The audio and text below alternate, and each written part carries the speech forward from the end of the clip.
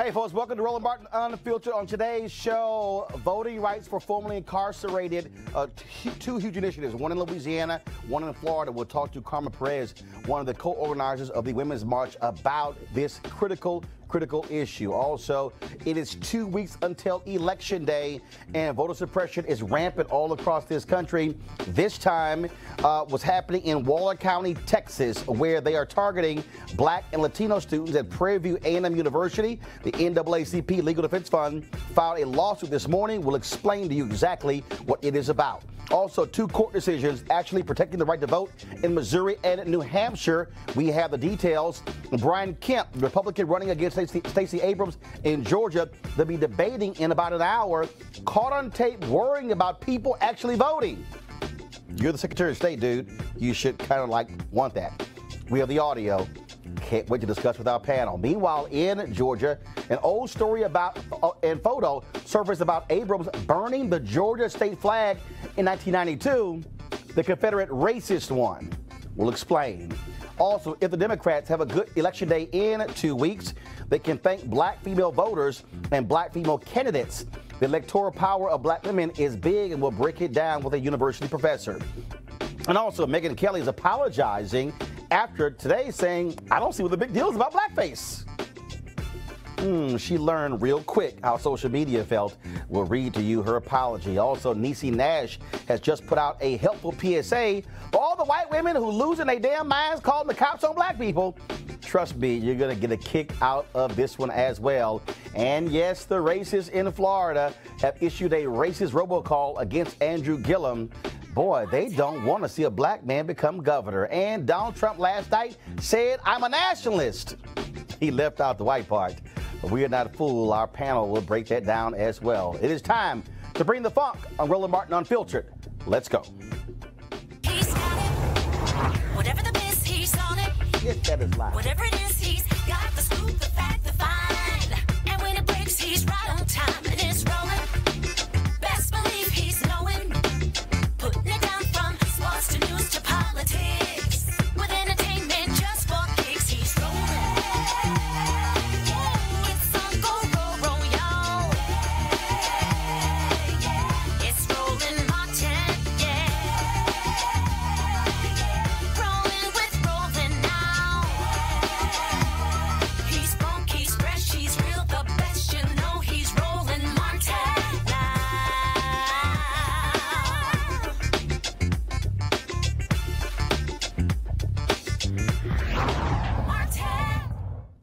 Election Day is 2 weeks away, and of course, there's an effort to get as many people voting as possible. But those who are formerly incarcerated, numbering some 6 million, will not be able to vote, not because they don't have the proper ID, but again, because they were in prison. They've been convicted of a crime, and even though they have served their time, they still are not allowed to vote.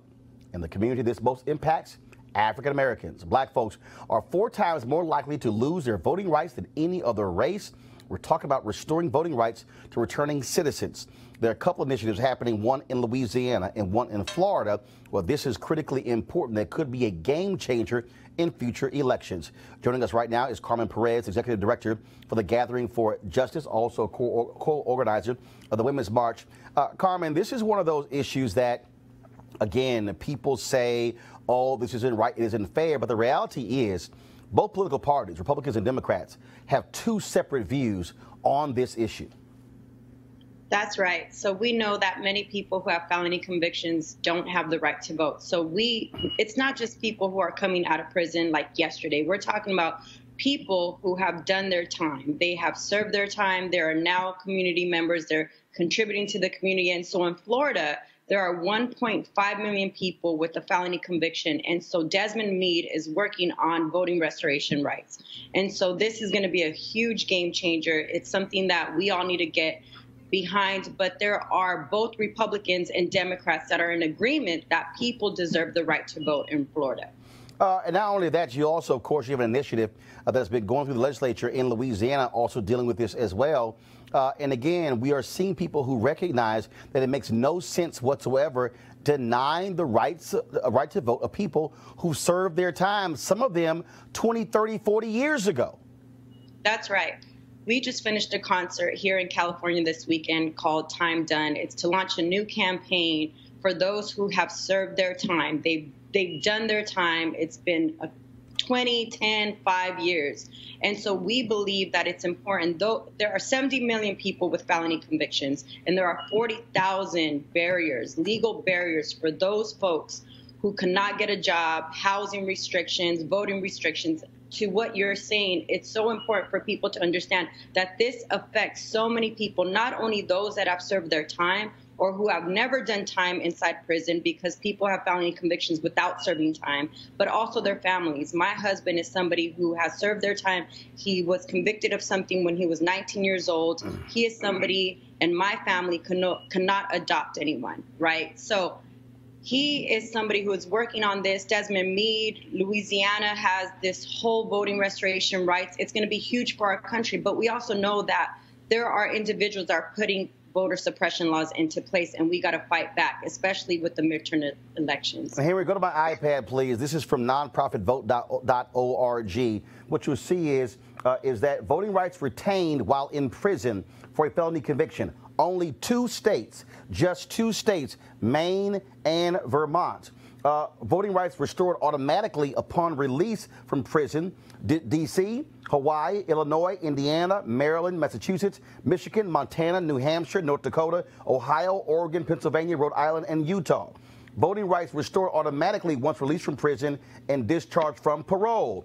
California, Colorado, Connecticut, and New York. And then, of course, you have these other states, but there are a number of states where literally voting rights restoration is dependent on the type of conviction and the outcome of an individual petition or application to the government.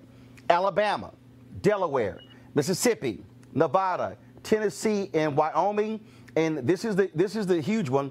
Voting rights can only be restored through an individual petition or application to the government in Florida, Iowa, and Kentucky. And Carmen, that's why the Florida voting initiative is so important, because they're trying to change the state constitution. Once that's done, 1.5 to 1.6 million will have their voting rights stored, but not just their voting rights. You mentioned Desmond Meade, who is leading this. He came out of prison, got his law degree, but Florida does not even allow those who are formerly incarcerated with a felony to get a professional license. And so he got his law degree, but he can't practice law as a result of the law in Florida. And those are the legal barriers that I'm talking about. 70 million people who have done their time, have a conviction, and face 40,000 legal barriers. In California, there are about 8 million people who face 5,000 barriers. That is the population of New York City. As of 2015, 6.1 million people in the U.S. have lost their right to vote due to a felony conviction. 1 in 4 of those are still in prison. So these are people who have come out, like Desmond Meade. He's changed his life. He got a degree. He's contributing to society. He's working to make sure that nobody is facing the barriers that he is facing. And it's going to be huge in Florida. And again, this is one of those issues that when you look at the polling data, first of all, it's polling about 72% in Florida, but it's a huge discrepancy. About 58, 59% of Republicans, 80+% of Democrats. So you clearly have a difference of view when it comes to party. That's right.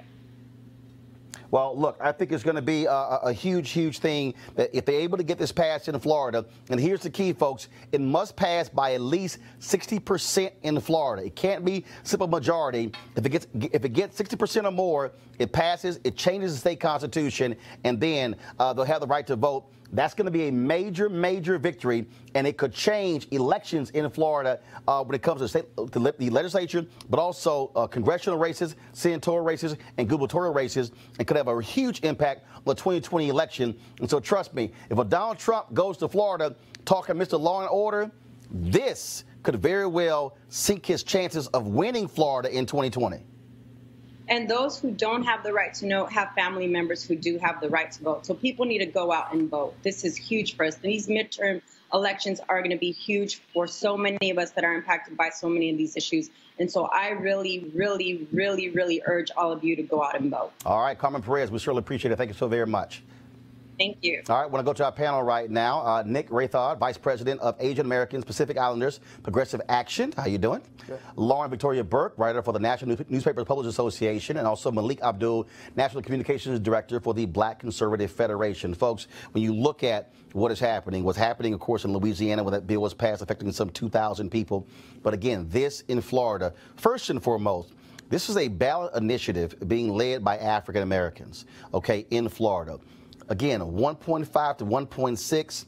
I'm telling you right now, if you're running for office in Florida and you're talking about, I want to get tough on law and order, you're going to have to recalibrate if all of a sudden 1.5 to 1.6 million people are not going to be voting in your state. It is interesting to think about the 60% threshold. That's hard to reach. That's really hard to reach. But the good news in Florida is they have two really exciting races. They have the, Rick Scott and Bill Nelson running against each other, and obviously Andrew Gillum. Andrew Gillum should bring out the type of constituency that really would care about that particular ballot initiative. I actually think it'll make the 60%, which in another year I don't think it would make the 60%. Well, look, they've been polling very well over the last 3 or 4 months. Live on this show, when we got the most recent data, it showed about 72% is where it's polling right now, because it's a lot of white folks in Florida who are felons or formerly incarcerated who are looking to also get the right to vote. Malik, I'm telling you, if you're Republicans and conservatives in Florida, you're going to have to change what you say, because it used to be, oh, law and order, lock them up. You got 1.6 million folks now who gonna have a ballot in their hand. I think that's gonna change. That's gonna change the tone of a lot of campaigns. Yeah, I think they can make some changes to the rhetoric, but I think overall, I support what the ballot initiative down in Florida. I think the Republican Party as a whole, especially when you're talking about people who have served their time, I think that the Republican Party as a whole benefits from encouraging legislators. Fortunately, Florida is one of the few states that allows that what they have there in Florida, but I'm glad to know that a lot of the Republicans in many of, if not most of the other Republican states don't have those same issues as in Florida. But as far as this ballot initiative, I'm all for it. But Nick, look, the reality is in Florida, what they have is a joke of a system where Rick Scott, who's the governor, appointed several commissioners where you had to actually physically go before them to explain why you should get your right to vote back. And then one of the individuals on it would ask every person, do you go to church? And they would be going like, well, what the hell they got to do to get my right to vote back? Wow. And they very rarely said yes. I mean, one guy who had no issues for 20 plus years laid this whole deal out, and they were like, you've done a good job of staying clean, but no, we're not going to give you a right to vote. And so what this measure does, wipes that commission out, where you will have that right to vote as soon as you get out. Well, first, I mean, this is a modern-day Jim Crow that's happening down in the South and across the country. I mean, you saw on your iPad, it was 2 states that allowed felony reenfranchisement, and there's 48 that have some form of it, but most of them don't. And that is troubling. And this, to me, is the type of game-changing thing that we need to be doing as Democrats, as a progressive movement, as people of color, because, like you said, 1.6 million people coming out. That changes the entire dynamic in that state. And in every state that we can get that passed in and moved in, I think, only speaks to then further challenges for the Republican Party and benefiting the progressive movement and especially black and brown. Lauren, this is also going to be a lesson, frankly, for progressives and Democrats when it comes to ballot initiatives. Conservatives have always funded these initiatives, gotten certain things passed, constitutions changed. You look at Alicia Reese, Ohio State rep. She's been desperately trying to get progressives and Democrats to fund her Ohio Bill of Rights initiative that would guarantee the right to vote in the Ohio State Constitution. Every damn year, they are suing somebody and going to court over voting in Ohio. If you change the Constitution and you actually make it a part of the Constitution, game over. You can get, because what people don't understand is there is no affirmative right to vote for every American. Justice Antonin Scalia wrote that in Bush v. Gore in 2000, that there is no affirmative right to vote. It does say if you're a minority or a woman, your rights cannot be discriminated against, but there's no affirmative right to vote. By putting it in the state constitution, then you get rid of all these ridiculous, we're going to changing of polling locations and stripping this and all these things that, frankly, Republicans use to suppress the vote. This now changes it. So I think the lesson for progressives will be, whoa, this thing passes.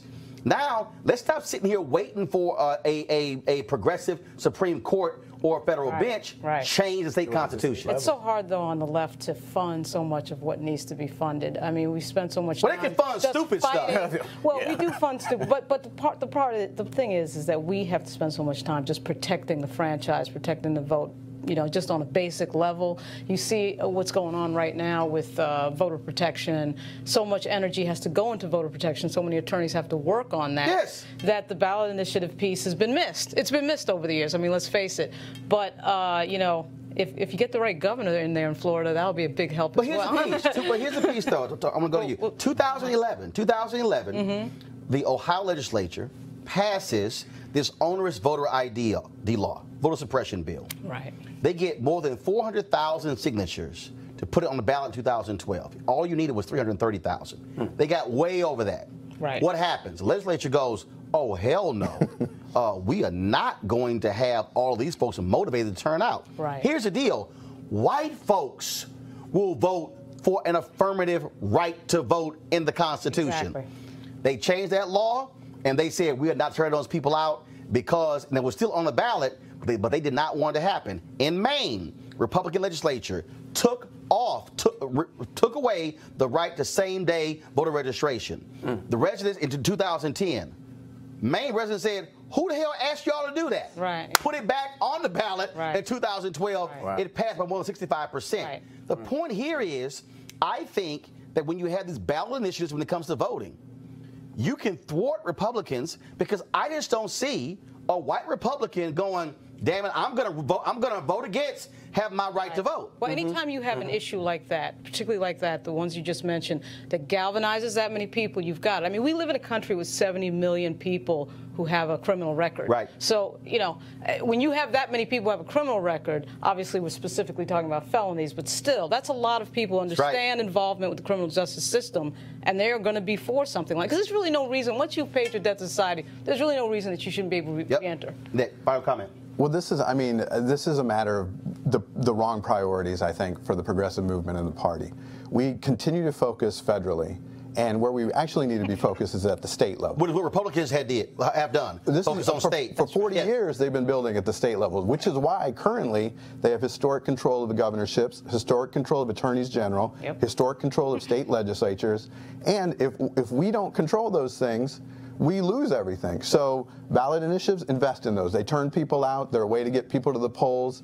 But in the legislatures as well, invest in there. You won't have these issues happening if we invest in the right places, do the right things, and structurally change how we operate. All right, folks, in the home stretch of the midterms, the Republican Party, their leader Donald Trump, have decided that these 2 weeks will all be about the fear of immigrants, racism, and bald-faced lies about a left-wing mob. Well, Trump used all of that to win the presidency, and he is trying it again. Now, last night, he said he was a nationalist. Now, of course, he left out the word white, but no one is confused by what he meant. We'll deal with that later in the show, but one more instance of voter suppression is being called out by the NAACP Legal Defense Fund at Prairie View A&M University, an HBCU in Roland County, Texas. There are no early voting sites on the campus, all by design, folks. This has been an issue dating back more than 2 decades. The NAACP Legal Defense Fund, they says, quote, since at least the early 1970s, Roland County has consistently tried to limit the political power of black voters in the city of Prairie View and at Prairie View A&M specifically by undermining their right to vote. In keeping with this troubling pattern, Roland County officials have refused to come close to providing the same number of early voting opportunities as they have to non-black and non-student voters before next month's election. LDF is hopeful that the court will order Roland County to fulfill its obligation to protect every voter's rights under the Voting Rights Act and the U.S. Constitution. Also, we'll be watching this case as we're looking at 2 more in Georgia. In Missouri, there was some movement to preserve the right to vote. Voters with alternate ID will not be required to provide a sworn statement about their residence in Missouri. Voting rights advocates said the sworn statement requirement had a chilling effect on voters. In New Hampshire, in a major victory for student voting rights, a state court struck down a restrictive voter registration law aimed at college students. To back to our panel, bottom line is this here. You go about to Prairie View and in Waller County. Waller County, largely white. They do not want those black students affecting the politics in that county. It is nonsensical to not put an early voting location on that campus, but it's the exact same thing we saw in 2016, where you had a county clerk in Wisconsin who said she removed an early voting site from a college campus, she said, because too many of these young students are voting Democrat. So she moved it to some way out place in Wisconsin with a very small parking lot off of that college campus. Malik, these are the type of activities that Republicans use to shrink the electorate. I don't agree with that, just like I don't agree with the opposition to the ballot initiative in Florida. You don't agree with what I said or what they're doing? Yeah, I don't agree with what they're doing. I don't agree with voter suppression efforts just as a whole. I think that we should, whether it's restoring rights to former incarcerated individuals or anything like what we're talking about, students being able to vote at a college. I don't agree with any of those efforts. You know, there are things that happen where you have these ballot initiatives. I'm fully supportive of them. We just had a ballot initiative here in D.C. I think it was referendum 777, where the voters here in D.C. voted for this initiative. I think it was a tip wage initiative or something like that. And just recently, just like that, the city council overruled it. So I generally disagree with any of those type of efforts to deny or overrule the will of the voter. But bottom line is, Dick, this is what the Republican Party does. State after state after state after state. So we need to change the dynamic again, back to what I was saying. We need to have the right people in power in those places, which is why it's important to vote. But secondly, we need to defend the right to vote as Democrats in the same way that the Republicans defend the right to bear arms in the Second Amendment. There should be no questions. We should be screaming from the rafters that this stuff is happening in Georgia and Florida and Texas. That it is unconscionable to me that in the greatest democracy on earth that these shenanigans are happening and we sit back and allow it. And not only that, it's boringly consistent. The Republicans go after this over and over, time and time again. It's the same thing. They understand the demographics in the country are changing, and they're making moves to try to keep even, and they can't keep even. At some point, you get overtaken. We'll see in 14 days whether or not that'll happen in Florida and Georgia and Texas.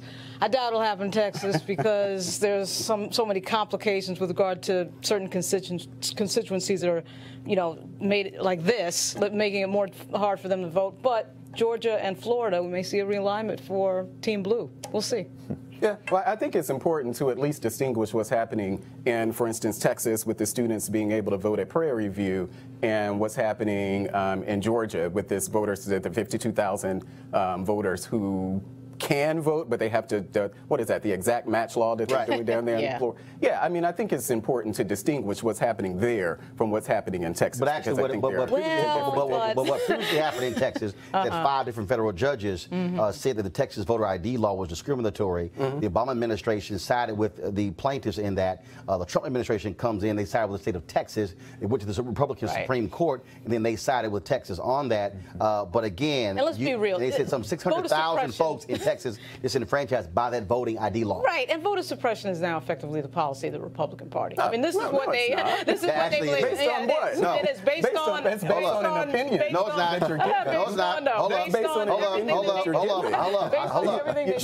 Malik, I can do a roll call. All right. You want to hit a roll call? Let's do the roll call. Iowa, Georgia, Tennessee, Arkansas, Louisiana, Mississippi, Alabama, Florida, Texas, North Carolina, Pennsylvania. You want me to keep going? Well, and it got worse and started right after Barack Obama got elected. And again, you're including Georgia in that, and Georgia is probably one of the other states where what we have in Georgia is that exact match law. No. Let me help you out. Here's what happened in Georgia. Yes. You had the exact match games that were going on. Yes, under Kemp. A federal judge, ruled against Kemp, said this is not right, not proper. And then the legislature. What do Republicans in Georgia do? What the hell? We're going to make it the law. Yeah. Okay. So then they actually made it the law. So you had that going. That's voter suppression. In Tennessee, same thing. Black Voter Project turns in some 36,000 registrations. They say, a number of these are invalid. Won't tell them what makes them invalid. They're just saying they're invalid. But that's not what happened in Georgia. Wait a minute, hold up. In Missouri, the Secretary of State in Missouri, Republican, releases a video and say, you got to have this ID to vote. A federal judge goes, no, you don't, smacks him down. Kansas, Chris Kobach Kobach pulled all of his games and tried it on a national level. It got thrown out. 2012, the leading Republican in Pennsylvania says Mitt Romney is going to win Pennsylvania because of voter ID. In Alabama, Republicans shutting down driver's license offices in that particular place. Florida, I've already laid the whole thing out. I can go Arkansas, Texas, Republican, Governor Greg Abbott, 5 different federal judges there. Do you need any more examples? No, but I still don't think that. I ain't done yet. North Carolina, where the Republicans in North Carolina, where the federal judge said they had a laser-like targeting of black voters. They shut down early voting locations. Yes, I remember that. They ended voting on Sunday. I remember. I just gave you a dozen states led by Republicans where they have enacted voter suppression. I have not heard Roland McDaniel, the GOP chairwoman, say a word. I have not heard Donald Trump, president, Republican, say a word. I have not heard Speaker of the House Paul Ryan, Republican, say a word. I have not heard Mitch McConnell, Senate Majority Leader, say a word. I have not heard black Republicans as a group, other than Colin Powell, stand up and call out voter suppression. That's your evidence. Well, I mean, you can mention Colin Powell, and you can mention some of the other ones, but those particular states that you're talking about, I don't know the details of each of those, but I just gave them to you. But you're talking about, and I think what you mentioned is that this is the play of the Republican Party. Which it is. That's your opinion. No, but it's not a fact. Well, that's just your opinion. I just gave you. Yes, you gave me instances. You gave me instances in America. I just gave you at least 12. I can go find you. But that's not. Why is it hard to admit? Why is it hard to admit? Because it's not. Because I don't believe it's true. Name a Democrat who believes in voter suppression. Name a Democrat who has done what Chris Kobach has done. I don't even. Name one Democrat that's done what Chris Kobach has done. You're saying name a Democrat who. Name one Democrat. Name Democrat. But you're giving your opinion. I can name Brian Kemp. You can say Brian Kemp. Brian Kemp and Chris Kobach is not my opinion. That's your opinion on Brian Kemp. I'm helping you with one more. But that's your. No, I'm helping you one more. Conservative group right here in Virginia, a legal group. They were sending notices to very small towns in Mississippi saying, oh, these voting rolls where names don't match. If you don't remove them from the voting rolls, we're going to sue you. These small towns did not have the money to hire outside attorneys, and so they actually began to purge their rolls because of what they actually did. Speaking of purging rolls, Republicans in Ohio actually led the whole purging of voting rolls initiative. White man in Ohio sues them, go to the Supreme Court. How does the Republican-controlled Supreme Court rule? Yes, purging is allowed. Dude, that's policy. And again, the Republican Party says nothing. In every single instance I just mentioned, the Republican Party has never sided with the people voting. No. They've never sided with the people who were fighting against it. So you keep saying that's not the party's position. Malik, please show me, and I will wait for it, how Republicans never side with folks who are trying to vote. I just told you in Maine. So speaking the Republican legislature, the Republican legislature and the Republican governor changed the state law. Right. Didn't ask nobody. When it came to same-day voter registration, the voters went, what the hell are y'all doing, and overruled them as they should again. have. As they should have. But please show me. You can take the what's the Georgia governor now? I mean the Georgia governor. What he did after the hurricanes, the storm damage that was down there. What he did, he extended early voting in I think several of the counties in Georgia. That's what the Republican Party is. That doesn't mean that there aren't places where there may be some voter suppression, but that's not a policy of the entire party. It's just not a policy of the entire party. It's just not. Last chance. This is the last. This is so like this is like a preacher trying to give your life to Jesus. I just need you, Malik. Please show me an example where Republican state officials, party officials, where Republican governors or leaders, where they have stood up and said, what our party is doing is wrong, and shaving votes off and suppressing the vote. We're going to stand with those who filed the lawsuits. Can you give me an example? Let me look at Jeff Flake's Twitter account. He may have said somebody like Jeff Flake. Yeah, but of course he hadn't said it. But of course he hadn't said it. Good at saying stuff but doing nothing. Because in Texas we call that all hat and no cap. So I don't have an example of that. You don't have an example. I don't have an example of that. Guess what? They don't exist, bro. They don't exist. You can't find them because they don't exist. They may not have said anything, but that's not a policy of the Republican Party. Here you go, Don. October 26th voting deadline is in Nebraska. October 29th, state of Washington. October 30th is Utah and Connecticut. And of course, on Election Day, you can actually register and vote. Colorado, D.C., Hawaii, Idaho, Illinois, Iowa, Maine, because they overruled Republicans, Minnesota, Montana, New Hampshire, Vermont, Wisconsin, and Wyoming. Those states you can actually register and vote on the same day. Now, these are the states that are early voting taking place as we speak. Alaska, Arizona, Arkansas, California, Georgia, Hawaii, Idaho, Indiana, Iowa, Kansas, Louisiana, Massachusetts, Montana, Nebraska, Nevada, New Mexico, North Carolina, and Ohio. Those are all the places where you can vote right now. Now, we're talking about how Republicans are concerned about all these folks voting. Well, speaking of Brian Kemp, the Secretary of State in Georgia, running for governor against Stacey Abrams, he has been very concerned about those folks. A reporter for Rolling Stone obtained a copy of this audio that took place on Friday, where Kemp very worried about those folks voting. And as worried as we were going into the start of early voting with the literally tens of millions of dollars that they are putting behind to get out the vote efforts for their base, a lot of that with absentee ballot requests. They have just an unprecedented number of that, which is something that continues to concern us, especially if everybody uses and exercises their right to vote, which they absolutely can, and mails those ballots in. We got to have heavy turnout to offset that.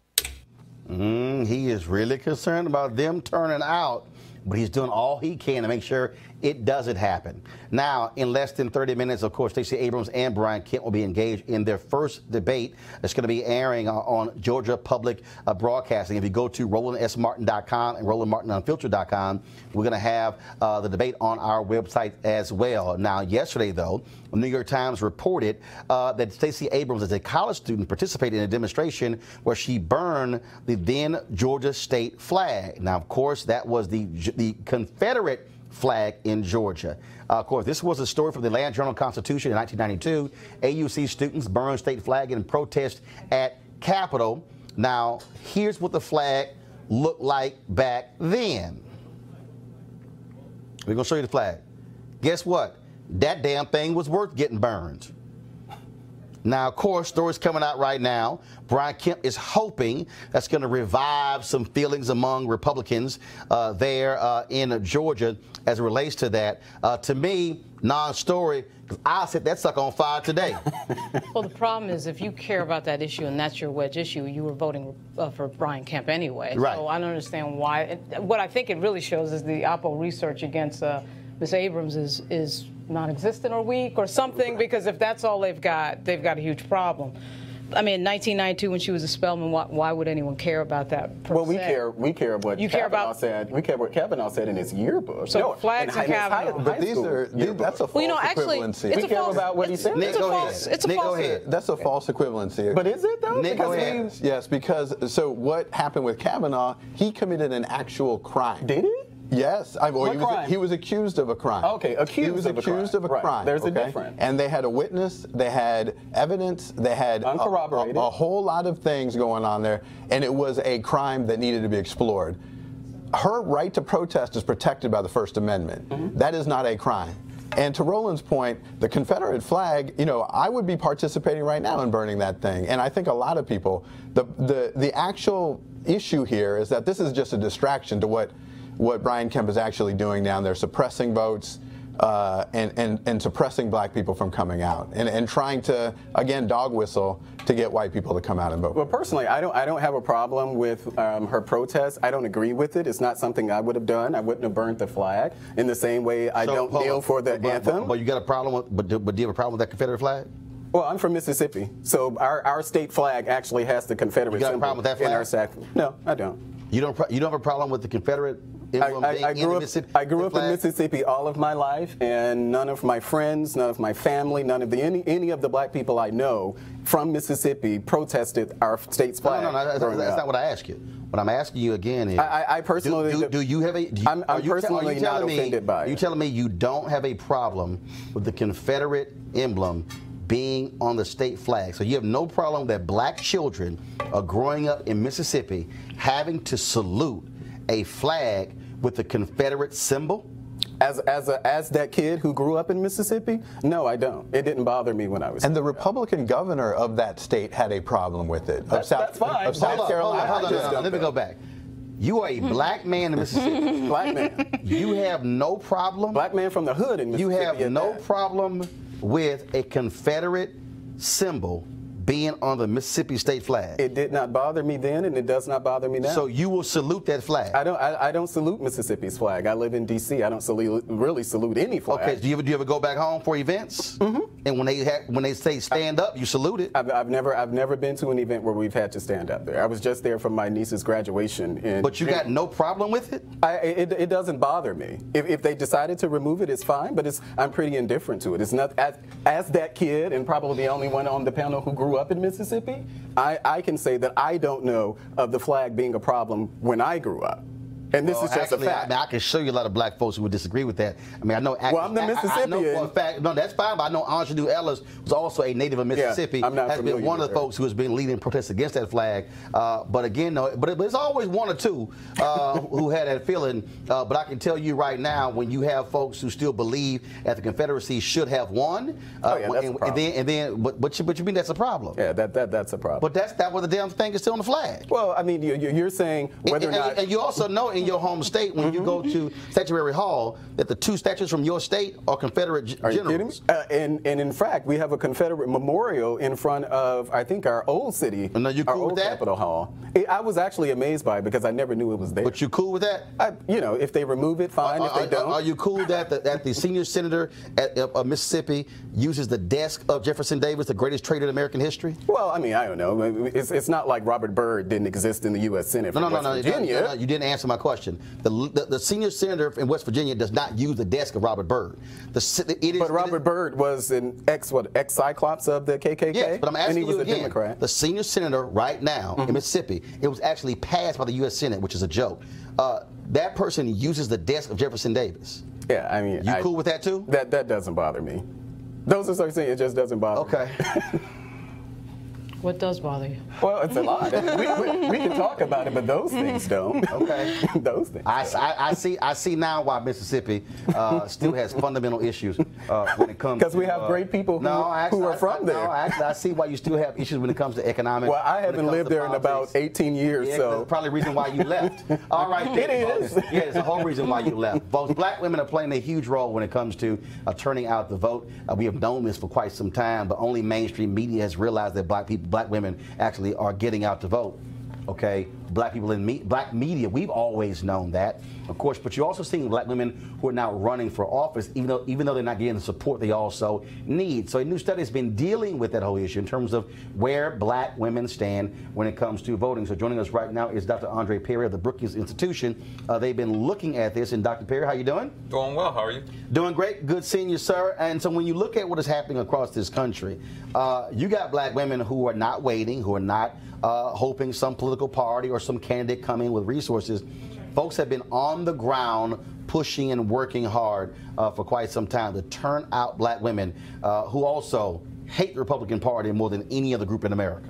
That's right. So Brookings Institution and the Higher Heights Leadership Fund decided to create a roadmap and looking at the conditions that are ripe for black women electoral success. And what we found is something that we've intuitively known, that black women in majority black places have a higher chance of getting elected. But what we're seeing over the last couple of years, that black women are winning in majority places of color. as opposed to black places, expanding the range of options they have. So London Breed, for instance, San Francisco, should not be considered a surprise in a lot of places. You mentioned Ayanna Presley. She is not a surprise. And then we also found that majority blacks or places where there's a high concentration of black folks, states with a high concentration of black folks, there's a better likelihood of winning. So even in places like Mississippi, women are standing up and their batting average is not that bad. The issue is not necessarily getting out the vote per se, but getting people to run. You know, of all the open seats this year, only a third were contested by black women. In black districts, majority black districts. You also, of course, have Jahana Hayes, who's in Connecticut, who's also running to be the first person of color from Connecticut. Then, of course, you also have a sister who's running in Iowa as well. And so what you are seeing these black women run, but also I think a huge part, first of all, you have Democratic constituencies that have not been supporting them. That's right. And so what is also being created, you're seeing these black women networks that are also utilizing their buying power and their money to fund a lot of these races as well. We had a group of elected officials and support groups come to the Brookings Institution when we released this report. And Catherine Pugh, mayor of Baltimore, she flashed a Delta sign signifying that she utilized her social networks to get elected. Black women are not getting the financial backing as their white peers, and they're not getting the backing from the Democratic Party, and we don't have to necessarily mention the Republican Party, which has been absent. But they are leveraging their social resources, and they're winning in spite of the electoral apparatus. And so it's encouraging in that regard, because if they get a decent amount of support, in what you saw in Alabama late in the game, the Democratic Party coming in and supporting the on-the-ground efforts, and you saw what happened there. If they get the kind of support in 2020 that they well deserve, you might see a different outlook in places like Alabama, Mississippi. You know, Doug Jones could have been a black woman. And that's what people are now starting to see, that we don't necessarily have to work for a white candidate. We can elect black candidates to completely represent. Malik, your party's got a black women problem. Well, I mean, they really, absolutely. They really hate your. No, and this ain't my opinion. I'm sitting in a meeting with Reince Priebus and top officials there, and a black Republican woman who was sitting there. She said, "Black women hate us more than anybody else. There's no other group in America that hates the Republican Party more than a black woman." Well, I mean, the Republican Party does have a problem just generally with blacks. I don't know what our percentages but black are. women hate y'all. Well, bro, I'm talking about the number is, look, 94% of black women went for Hillary Clinton. Well, and it wasn't just because of Hillary Clinton. Yeah. They hate y'all. Yeah, but that's part of that is conditioning. Part of that is just the culture. But part of it is policy. I agree. Part of that is policy. A lot of it is policy. Why wouldn't necessarily? Some of it probably 90% of it is policy. I would probably say about black women 60. are clearly powerful, but they're not protected. You know, at the same time they created the mantra Black Lives Matter, black women have the highest maternal mortality rate in the industrialized world because of largely Republican-backed economic policy, healthcare policy, education. I mean, and so all of these things, if it's not a stretch, when you're not supporting a minimum wage, I mean, New York Times has released a sobering report about the number of children who are homeless going to school, and it's largely because of housing policies and income policies. But Republican policies, because Trump has only been in office for what? 2 years I'm not. I would never never speaking blame of Trump, But I'm just saying, but prior to him, it was Obama was in office. that whole thing of calling Maxine Waters low IQ, that kind of plays badly with black women, don't you think? I mean, that's kind of a problem, right? Like, that don't help. I Then, of course, when you have the Chief of Staff, John Kelly, come out and lie on Congresswoman Frederica Wilson. Street artists straight up lies. Don't even offer her an apology.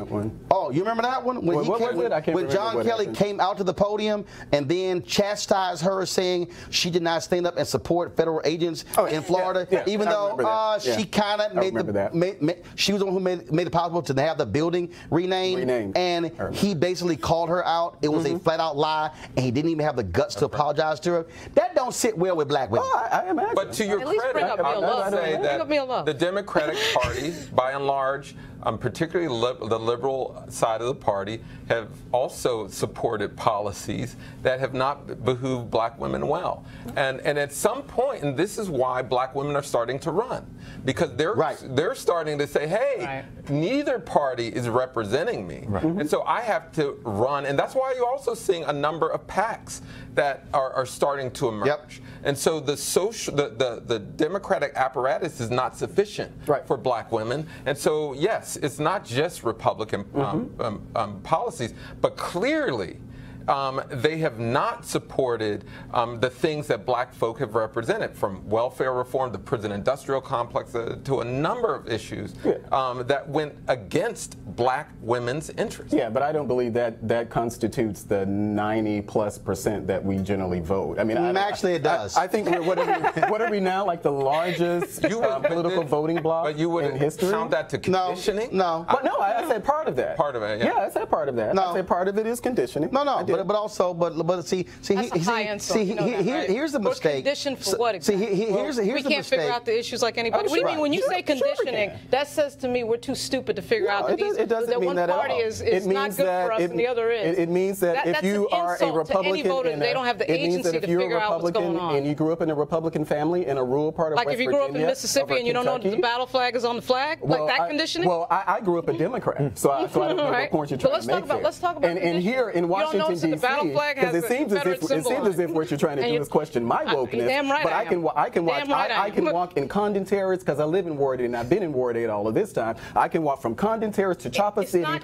any time of the day. So whatever wokeness it is that you're questioning right here, we can try it again. If you are a Republican growing up in a Republican family in rural West Virginia, Kentucky, Iowa, or any of those places, chances are that when you register to vote, you're going to register as a Republican. It's not the same thing is in Democrat. Black women are voting a certain way. Well, I said part of it, and I've actually said part of it. That's what you heard. That's what you heard, because that's selective hearing. That's what you wanted to hear. But what I said is, I know exactly what I said is that the black. I said it's conditioning. I said part of it is conditioning. Part of it actually is policy. But I would say most of it's policy. Okay, well, you would say that, and I would disagree. And I would disagree. Andre, go ahead. But I would disagree, though. But black people have not voted for Democrats or Republicans who have laid out generally a conservative agenda that was not of their interest.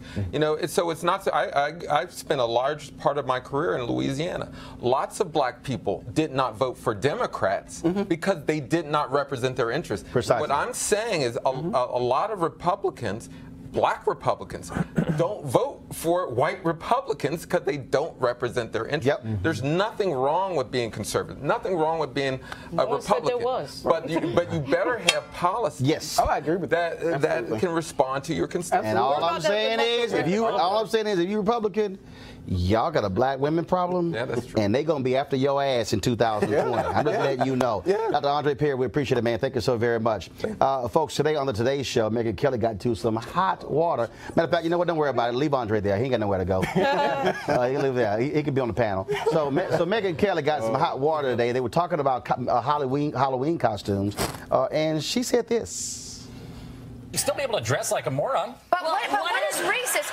Because truly, you do get in trouble if you are a white person who puts on blackface on Halloween, or a black person who puts on whiteface for Halloween.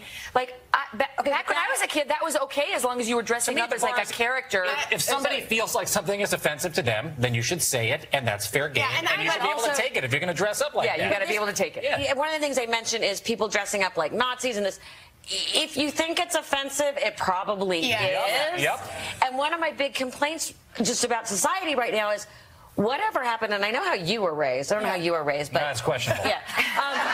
Whatever happened to just manners and polite society? But on Halloween, you've got guys running around with fake axes coming out of their head. But what I'm saying it's gonna be jarring. Right. But what I'm saying is, in polite society, someone who's raised would not think that dressing as a Nazi is okay. Yeah. I don't need the PC. Or painting somebody. I mean, I think that there are limits to how far you want to go. But Because you're making people feel bad. But I'm saying normal people kind of know where that line is. Yes, right. I mean, I have a son that dressed as a fireman with an axe and then insisted on carrying the axe around for like a week. But there was controversy on the Real Housewives. There was a controversy on the Real Housewives of New York with Luann, as she dresses Diana Ross. And she made her skin look darker than it really is, and people said that was racist. And I don't know, I thought, like, who doesn't love Diana Ross? She wants to look like Diana Ross for one day. I don't know how, like, that got racist on Halloween. It's not like she's walking around I have not seen it, but it sounds a little racist to me. Me too. And by the way, I haven't seen the other, but if she really wanted to look like Diana Ross, she should have dressed as Michael Jackson. Because they...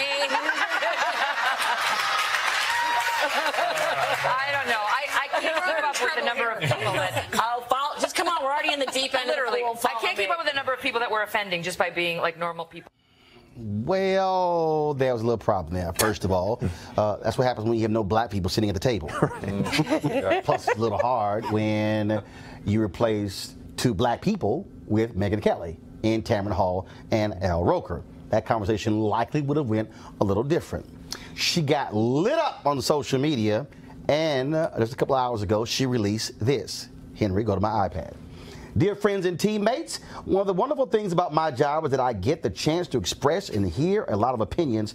Today is one of those days where listening carefully to other points of view, including from friends and colleagues, is leading me to rethink my own views. When we had the roundtable discussion earlier today about the controversy of making your face look like a different race as part of a Halloween costume, I suggested if this seemed okay if done as part of this holiday where people have a chance to make themselves look like others. The iconic Diana Ross came up as an example. To me, I thought, why would it be controversial for someone dressing up as Diana Ross to make herself look like this amazing woman as a way of honoring and respecting her? I realize now that such behavior is indeed wrong, and I am sorry. The history of blackface in our culture is abhorrent, the wounds too deep. I've never been a PC kind of person, but I understand that we do need to be more sensitive in this day and age, particularly on race and ethnicity issues, which, far from being healed, have been exacerbated in our politics over the past year. This is a time for more understanding, love, sensitivity, and honor, and I want to be part of that. I look forward to continuing that discussion. I'm honored to work with all of you every day. Love, MK. And also, while we were sitting here, of course, a little bit earlier, I got a phone call and text message from one of the producers of the show, so I'll be chatting with him after this show. But the thing is here. How do you, like, what? Like, where have you been? Like, what? Like, where have you been? Where all have you been? How do you not know? Well, I don't know how every Halloween there's all these, people are in blackface. White people just decide they think that they're doing. You don't need to be Diana Ross. Just be Celine Dion. So you don't need to be dressed in blackface. Diana Ross without wearing black. Right, you can be Diana Ross. It's ridiculous. Look, You have to change your skin color. black men dress up like Santa Claus, and we ain't put no damn white makeup on our face. But Megyn Kelly needs to know her history too. I mean, so first of all, she has her own history of racism. throughout her time at Fox. By saying Santa is white? Santa, yes, right. And for NBC to bring her on and normalize this sort of behavior is But you're on to something that Halloween has become the opportunity for racists to express their racism and say, oh, it's just a costume. I have nothing to do with it. It has nothing to do with my attitudes, when in fact it is just another form of intimidation, of letting people know that you're beneath a white standard. And on college campuses in particular, you see a heightening of this. And so all the ghetto parties and all the thug parties and all of this other stuff. And so it's just an opportunity for white folks to say, oh, let's break free from our PC culture and let's just be ourselves. And what they're really revealing is their racism. Well, I think sometimes it's valid where we're talking about a PC culture. Here, and what Megan's talking about here, I don't even know where she's. I don't know where she's been. I don't know what she's listening to not even know that blackface is something that's offensive. And as you said, why would you even have to paint your face anything darker than what it is other than trying to give yourself a tan? I mean, Lauren, and that's a bad tan right Zoe there. Saldana caught hell. Darkening her features to play Nina Simone. With the black woman. With the prosthetic. A black woman caught hell darkening her skin. That's right, that's right. Yeah. You know what, I'm just going to give a shout out to Jacob Soboroff, who was out there and said, I haven't seen it, but it seems pretty racist to me. And then Jenna Bush goes, yeah, me too. I'm just saying. It was like, what is going on here? But again, Tamron Hall should be sitting there, and we all know it. That's what I think about when I see this moment. Right. Tamron Hall is the one that should be sitting there. Well, I'll tell you this here, when you talk about this idea of how people perceive what is racist. Last night, of course, the Orange One had a rally in my hometown of Houston for Ted Cruz, where he said, hey, it's cool to be a nationalist. Press play.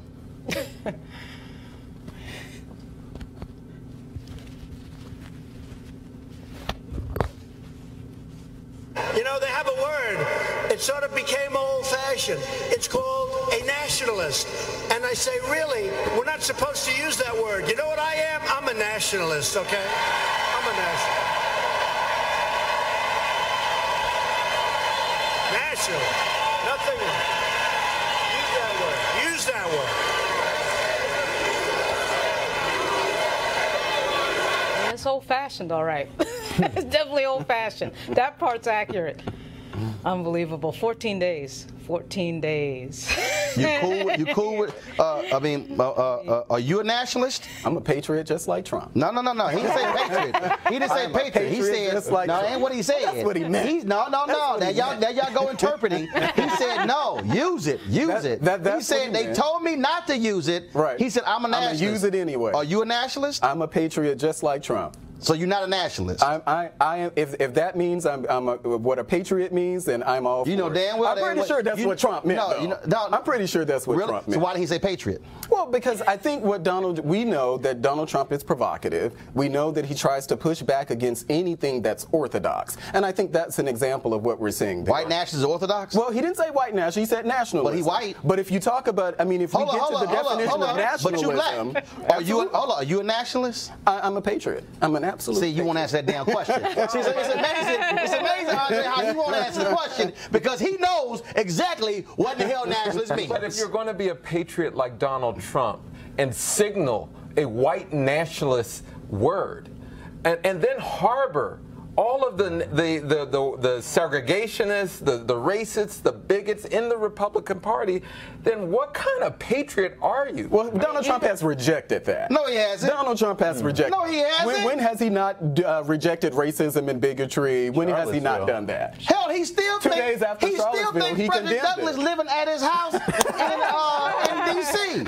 But you do not. What I'm saying is, you do not see an exodus of racists from the Republican Party. They're getting shelter from it. And in fact, he keeps hiring. He keeps hiring Republican racists who it's like okay, well, another one. Oh yeah, we got to try to force this one out. Right. Wait a minute, what racist has he hired? Bro, are you serious? Which racist has Have you heard of Steve Bannon? Steve Bannon. Hold up, stop. Did Steve Bannon not say that Breitbart was the home of the alt-right? He did. White supremacists? He did say that. Did he hire Stephen Miller? You could say. Wait, hold on, I ain't done. Did he hire Stephen Miller? He did. Who Richard Spencer said was my role model? Richard Spencer, the white nationalist, oh, yeah. said Stephen Miller. He said Stephen Miller was my role model at Duke. Did they not fire a speechwriter for Donald Trump who sat next to a white nationalist at a conference? Did they not have to fire somebody in HUD who had racist writings? Well, did they not have to? They may have. Do you need me to keep going? They may have. These type of things happen in every administration. All right, Nick, go ahead. Go ahead. Because I'm going roll call on your ass between voter suppression and racism in the Trump administration. We've seen incidents that maybe. It ain't going well for you today with roll call. Nick, go ahead. No, there's example after example after example. And the thing that scares me, I have young children at school. Yeah. Donald Trump is being used as a racial, to call people names. You know, they hide, white people, white racists hide behind the MAGA hats. They say Donald Trump, you know, as a form of saying white power in place of things like white power.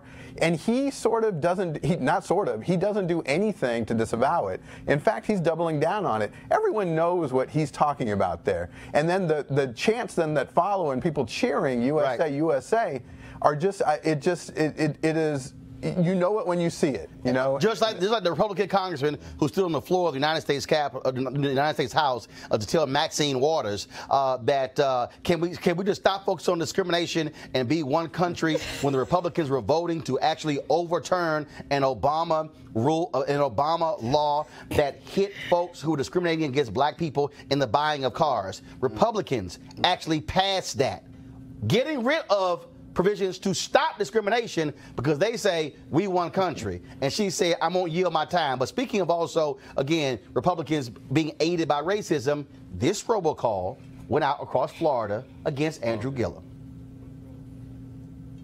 Well, hello there. I is the Negro Andrew Gillum, and I'll be asking you to make me governor of this here state of Florida. My esteemed opponent, who doesn't call me monkey, is doing a lot of hollering about how expensive my plans for health care be. But he be thinking of the white man's medicine, which is very expensive because it uses science and whatnot. But the medicine of my African race be very affordable. For instance, putting the chicken feet under your pillow during the full moon don't cost hardly nothing at all. So I promise that you make me Andrew Gillum, the governor, every people that be ailing will get all.